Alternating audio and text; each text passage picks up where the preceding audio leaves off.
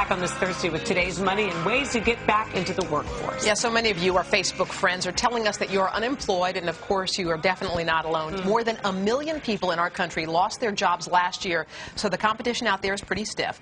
Mark Jeffries, the author of What's Up With Your Handshake, is here to tell you how to stand out and how to sort of keep your spirits up while you're searching for a job. Welcome. Yeah, I don't even shake his hand anymore. I just go for a kiss because I'm afraid he's going to judge me by my handshake. That's what judge a kiss, so that's fine. With all these people, Mark, who are out there looking for jobs, you sort of want to stand out and be unique and different, but it's not easy, is it? You know, it's not easy. And people's first response when they're unemployed, they're laid off, is to start firing off resumes really fast to everyone.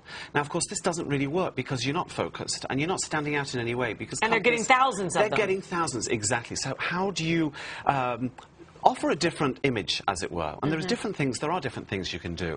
Number one is start thinking about where you really want to be. Don't just scattergun approach it. Instead, think, okay, what sort of a job do I want? What sort of a company do I want to work for? Who works there? Who are the top people? Start doing your research. But a lot of then companies target them. aren't hiring right now. That's true. So you got to give them a reason to hire you. You have to give them a reason, or you delve even deeper. Which are the companies, or what are the companies that are hiring or are busy at the moment? Startups, for example, new companies that are just starting up, you can find them using any search engine. They need new staff. You know, there are a lot of these websites, and I know a lot of people go on them, like monsterjob or whatever.com. Do those things, are those a good way to pursue a job, or is face-to-face the way to do it? In good times, they're a great way to find a job. In bad times, there are so many people looking for jobs. If you are the person looking for that one employee, you've got a million choices. So again, let's go back to how to be unique. So one method that I really quite like, it's called the email sandwich. Now, the email sandwich is this, because you can't just send one message and leave it at that. It won't get noticed. The email sandwich is you find who you're going to target, you phone their office first, and the time you phone is important. We'll come back to that. Then you send the email. So the first phone call announces the email's coming. Then you send the email all about yourself and why you're so good.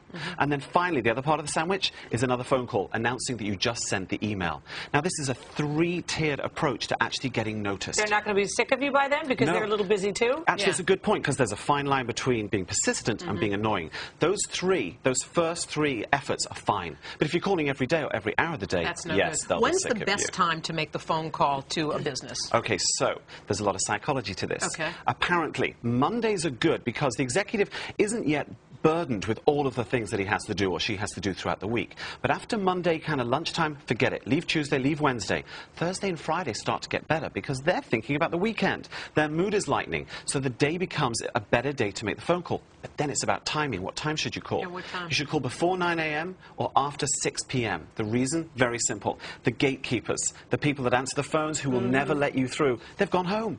So the executive in charge of potentially hiring you is still there. You might get lucky. Maybe. But that's, I mean, that's a crapshoot. It's a grey area, but you know what? It's better, A, than not trying. Because a lot of people now, they're thinking, oh, you know what? I'm not going to try for the next 2 or 3 weeks. I keep reading all this bad news. What's the point? And they take themselves out of the job market. You've got to keep going. Your job every day is to find that new job. Should you take a break after you've lost a job and take a minute to take a breath? Because I think what you said about people need money. I mean, they don't have time to sit around and reflect. They need to get something now. I've been saving for rainy days, and now it's pouring, and they don't have. Who can? You know, there's people with great loads of savings. I can't understand where they find the time and the resources to do that, because everything is so expensive. In answer to your question, it is about giving yourself a few days break. It's quite a shock when you get laid off. It's even if you've wanted to leave for a long time, when the day comes, it's actually quite upsetting. Take a few days to yourself, spend time with your family, your friends, maybe even go out for long walks, go and work out, and then plan your attack. Should you take like an in-between job, something you don't love, but you just want to... We were talking with Jim Kramer about that the other day. He was saying, you know what, go with something that's going to pay your health benefits, if nothing else, while all this passes by. Absolutely, and there's a psychological impact as well. When someone takes you on, even if it's a job you don't want to do, it actually feels quite good. And in addition, you start building your network because you meet new people. But some people can be great. Well, some people come from good jobs and they find themselves going to Barnes & Noble and saying, I mean, that's what's happening. Well, it's about changing your outlook and your perception. We would judge a job at that that level or a lower level as being something we wouldn't do. But you know what? The world's changed. Let's do it. We'll find some time, we'll earn some money. Exactly. And there's not even bussing tables if you have to, just in that interim period until you get the job you want. There's not really a stigma with being unemployed because so many people the way it used to be, right? That's right. You know, you can go home to your friends and go, guess what? I got a pink slip. I got laid off. And they'll be like, it's happening to everyone now. Yeah. A year ago, you know what they would have said. It's still a club you don't want to belong to. Of course not. But knowing that misery loves company, there are other people commiserating with you about it. Also, change your objectives. Getting a full-time job for life has gone forever. Getting part-time jobs or even projects where you work just for a short while on something and then skip to the next thing. There's great value there. When do you think we're going to get out of the weeds here?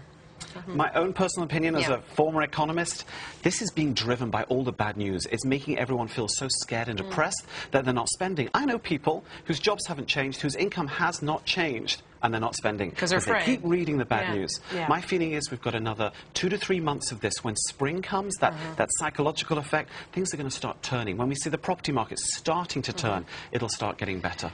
Please, Lord, let it be soon. In the meantime, I'm afraid. Shake his hand. Oh, yes. Nice to see you, Mark. Thank you. Come back soon. Great welcome. Up